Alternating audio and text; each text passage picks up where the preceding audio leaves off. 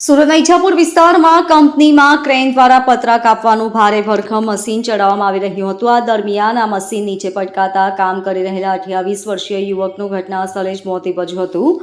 આ સમગ્ર ઘટના સીસીટીવીમાં કેદ થઈ ગઈ હતી. આ મામલે ઈચ્છાપુર પોલીસ સ્ટેશનમાં ક્રેન ઓપરેટર વિરુદ્ધ ગુનો દાખલ કરી વધુ તપાસ હાથ ધરી છે. આ અંગે મળતી માહિતી પ્રમાણે મૂળ બિહારના વતની અને હાલ ઈચ્છાપુર ગાયત્રીનગરમાં 28 વર્ષીય જીતેન્દ્ર ગોરખભાઈ ચૌધરી ભાઈ સાથે રહેતો હતો.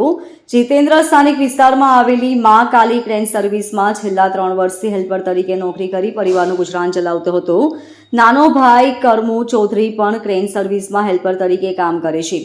પરિવારમાં માતા પિતા અને 5 ભાઈ બહેનો છે. માતા પિતા અને 2 બહેનો અને 1 ભાઈ તેમના વતનમાં રહે છે.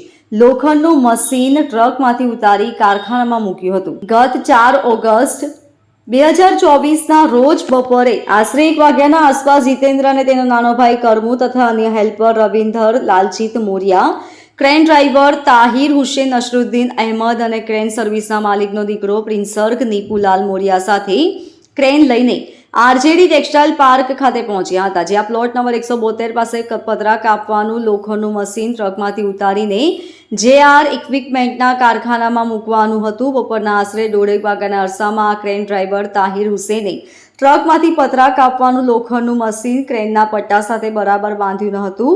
આ પતરા કાપવાનું મશીન ઉતારી લોખંડની પાઇપ પર બેદરકારી અને ગફલતભરી રીતે મૂક્યું હતું. જેથી જીતેન્દ્રએ પતરા કાપવાનું મશીન બરાબર ગોઠવવા માટે પતરા કાપવાના મશીન નીચે રહેલો લોખંડનો પાઇપ તેમના પગ વડે હટાવ્યો હતો. આ દરમિયાન આ પતરા કાપવાનું લોખંડનું લાલ કલરનું વજનદાર મશીન અચાનક જમણી બાજુ જીતેન્દ્ર ઉપર પડી ગયું હતું. મશીન માથે પડતા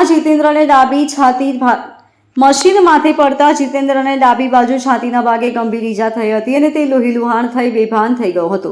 જેથી સૌ ભેગા થઈ જતા ક્રેનથી મશીન ઊંચું કરી જીતેન્દ્રને બહાર કાઢ્યો હતો. ત્યારબાદ 108ને જાણ કરતા થોડીવારમાં 108 આવી જતા સારવાર અર્થે સિવિલ હોસ્પિટલ ખસેડવામાં આવ્યો હતો. જ્યાં ફરજ પરના તબીબે જીતેન્દ્રને મૃત જાહેર કર્યો હતો. આ મામલે જીતેન્દ્રના ભાઈએ ક્રેનના ઓપરેટર વિરુદ્ધ ફરિયાદ નોંધાવી છે.